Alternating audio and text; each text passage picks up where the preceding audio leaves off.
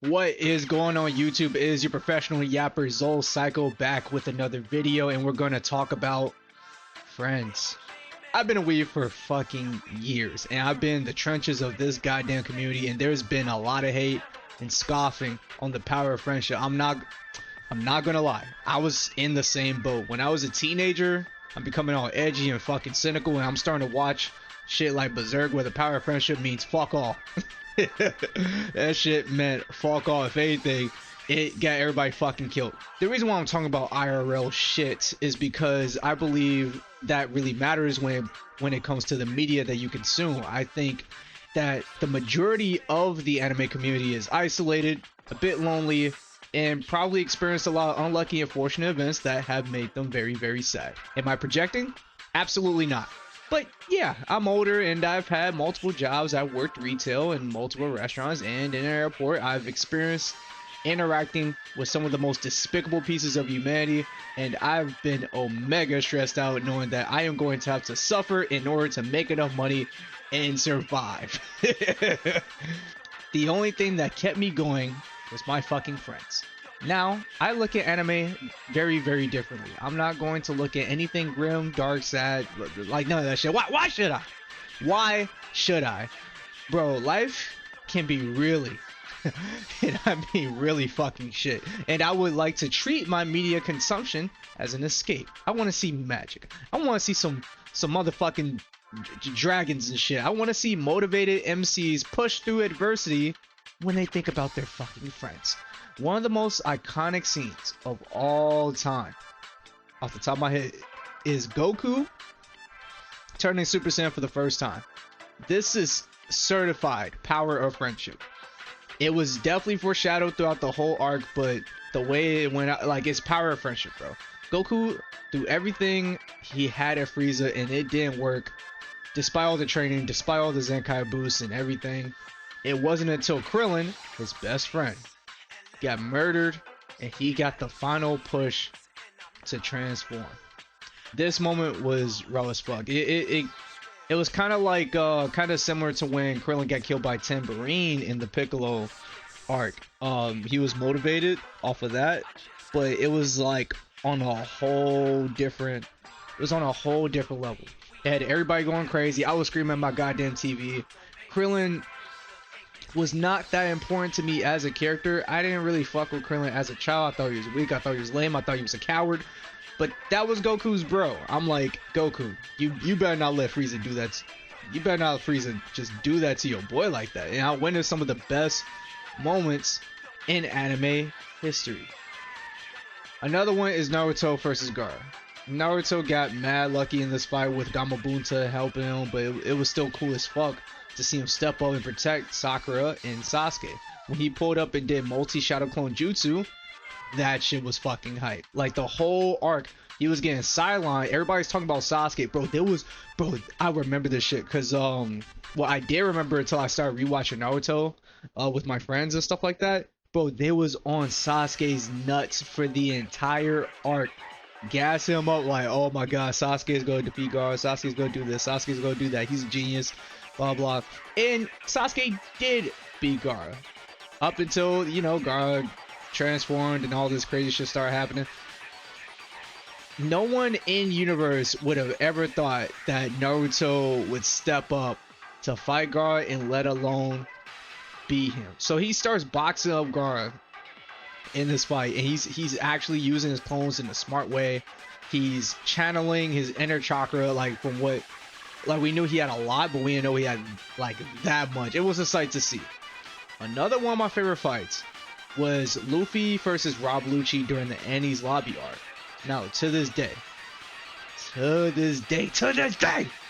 I haven't watched the rest of One Piece, and my boy keeps sending me clips of future fights. He keeps sending me clips of Gear 5, and even the second fight with Rob Lucci, and like all this shit with Doflamingo, Kaido. Bro, I don't care, bro. This is my favorite fight in One Piece, and the way it ended, honestly, this whole arc was carried by the power of friendship. You could argue that this whole fucking show is carried by the power of friendship. This wacky inflatable armed two-man Luffy declared war on the world to save one of his friends. Now, if that ain't a real one, I don't know who is.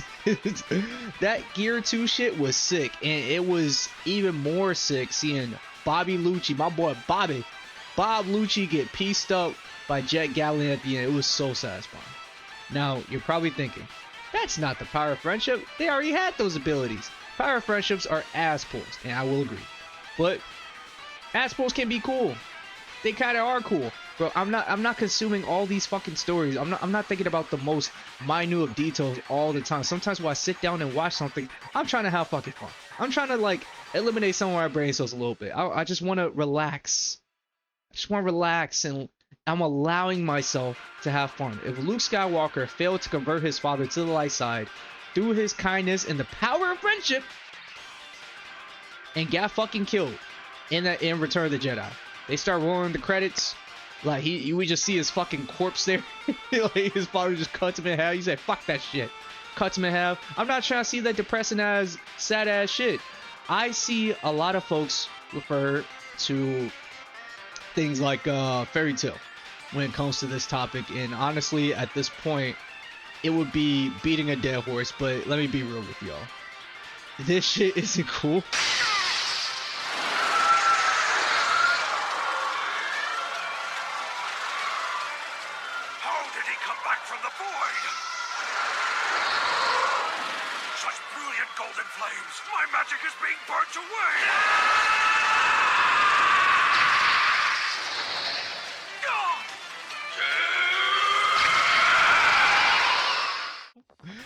This shit isn't raw as fuck. It's magic. None of that shit don't make sense. If you really want to get down to it, like, bro, let me tell y'all, I can't stand those motherfuckers. Like, when you're watching something, they're just pointing everything out like they're the fucking nostalgia critic, like they're fucking cosmonaut or like some fucking YouTube critic. Like, what the like, they're pointing at the screen like, oh, that don't make sense. That's not how the laws of physics works. How did that happen? Like, damn, nigga, have fun. Shit. Like, dude, stop being afraid to let loose and relax a little bit. Crack some jokes, maybe. Just chill and watch. Be like, oh, that doesn't make sense, and move on. Like, now, I'm not saying go brain dead and be a clapping seal, because I heard that term before from the Star Wars community. They call people clapping seals. Look, actually got from the Disney seals out there that literally can't look past their beer goggles and actually just see the flashy lightsabers. So let's start with Star Wars theory. Oh shit! Yo, there we go. There we go. Some Nick Gillard action right there. So if you don't know, Nick Gillard, when they don't think about the fucking extensive expanded lore that you saw in like one of the fucking Star Wars books from the 90s or some shit, some obscure ass lore, they call you a clapping seal if you don't think about that shit. And just, oh, I hate them. I'm not gonna say I hate though, that's a strong ass word, but they're so annoying. They can be so annoying, guys. I'm not saying you have to be a clapping seal. I'm not saying you have to go brain dead. I'm not saying you're not allowed to think about the stuff you're watching, but you have to allow yourself to enjoy things. You can let yourself have some fun. But yeah, that's the moral of the story here. Go out and get some friends, connect with people, because friendships are very special. It's what keeps us going. Honestly, I've been maintaining strong friendships for over a decade at this point. Like, I have friends that I've known since grade school, and the only reason why those friendships maintained is because I watched anime, they watched anime, and it gave us a perspective. It taught us how to gain friends. It taught us how to keep those friends, and it taught us what healthy relationships look like between just like two friends. Like, it's I feel like there's a lot to learn from that, and I feel like if more people pay attention to that stuff, maybe we'll have a lot more kind people. Maybe we'll have a lot more connections, because honestly, after COVID, this is one of the most loneliest ages imaginable. So yeah, moral of the story: get some friends, man. Get some good friends and maintain those good friends. So yeah, this yap session is over. I'm gonna see y'all later. Peace.